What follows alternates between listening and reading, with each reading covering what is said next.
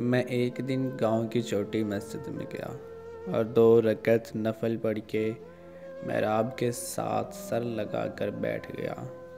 اس دن میں بالکل ٹھیک تھا، نہ کوئی آنکھ میں آنسو، نہ دل میں بے چینی، نہ بے وجہ سی اداسی۔ میں خدا کو پکارنے لگا۔ پھر کیا ہونا تھا؟ تھوڑی دیر گزری اور ایک ہجوم کی طرح آنسو آنکھوں کے صحن میں اکٹھے ہونے لگے اور ایک ایک کر کے اپنی مرضی سے اس ویران صحن سے ہاتھوں کی بکھری لکیروں پہ گرنے لگے۔ اتنے میں خدا سے کہنے لگا کہ کافی دنوں سے کوئی نیا زخم نہیں ملا۔ اے خدا، کوئی نیا زخم مل جائے، اسی میں ہی سکون ہے، اسی سے ہی آپ کے گھر میں آنے میں مزہ آتا ہے۔ اس دن تو بس یہی خدا سے بات کی، لیکن جیسے کہتے ہیں کہ خدا نے یہ بات کان لگا کے سنی تھی اور فوراً پوری کر دی، ویسے ہی خدا نے میری بھی فوراً سن لی۔ ایک دن ہی گزرا تھا کہ دوسرے دن کی شام کو دل بہت بے چین تھا۔ میں مغرب سے تھوڑی دیر پہلے ہی مسجد چلا گیا۔ مسجد جانے سے پہلے ہی 2 لوگ مسجد میں تھے۔ خیر، میں نے وضو کیا اور مسجد میں جا کر بیٹھ گیا۔ اذان کا وقت ہونے پہ مؤذن نے اذان پڑھی اور پھر ہم صرف 4 لوگ تھے مسجد میں، ایک امام اور باقی اس کے پیچھے ہم 3 بندے بس۔ 3 رکعت فرض امام کے پیچھے ہی پڑھ رہا تھا تو دوسری رکعت میں اس کی یاد آ گئی۔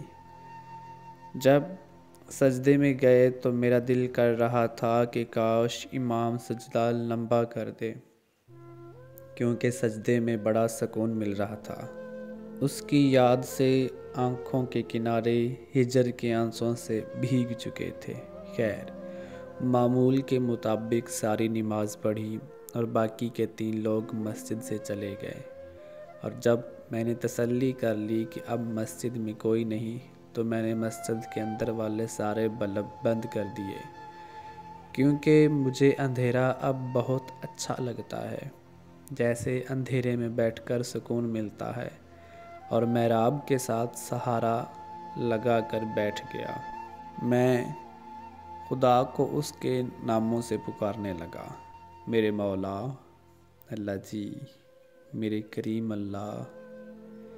میرے آنسو روکنے پر بھی نہیں رک رہے تھے، نہ جانے کس کس بات کے دکھ کی وجہ سے آنسو تھے۔ پھر میں نے محراب کو ایسے گلے لگایا جیسے ہم کسی شخص کو گلے لگاتے ہیں، ایسے شخص کو جو جان سے بھی زیادہ عزیز ہو۔